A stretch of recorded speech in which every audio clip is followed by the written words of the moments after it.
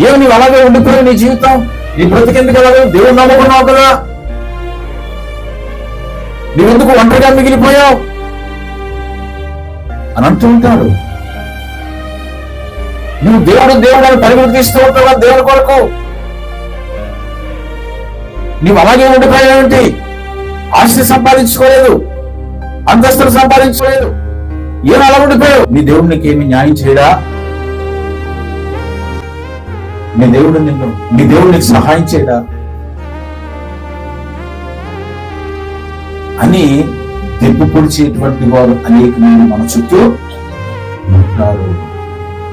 అయితే దేవుని వాక్యం ప్రకారం మనం చూసినట్లయితే ఆయన ఆలస్యం చేస్తున్నాడంటే దాని వెనుకాల బలమైన కారణము ఉంటుంది. దేవునికి స్తోత్రం కలుగునుగా. అది ఎవరికి తెలుస్తుందో తెలుసా? దేవుని విశ్వాసం ఉంచినటువంటి వారికి మాత్రమే తెలుసు. తగిన కాలమందు ఆయన ఏం చేస్తాడు? హెచ్చిస్తాడు. కీర్తనకారుడు కూడా మన లాంటి స్వభావం కలిగిన వాడే. అందుకే నచ్చున్నాడు, యెహోవా ఎన్నాళ్ళ వరకు నన్ను నీవు మరిచిపోదు.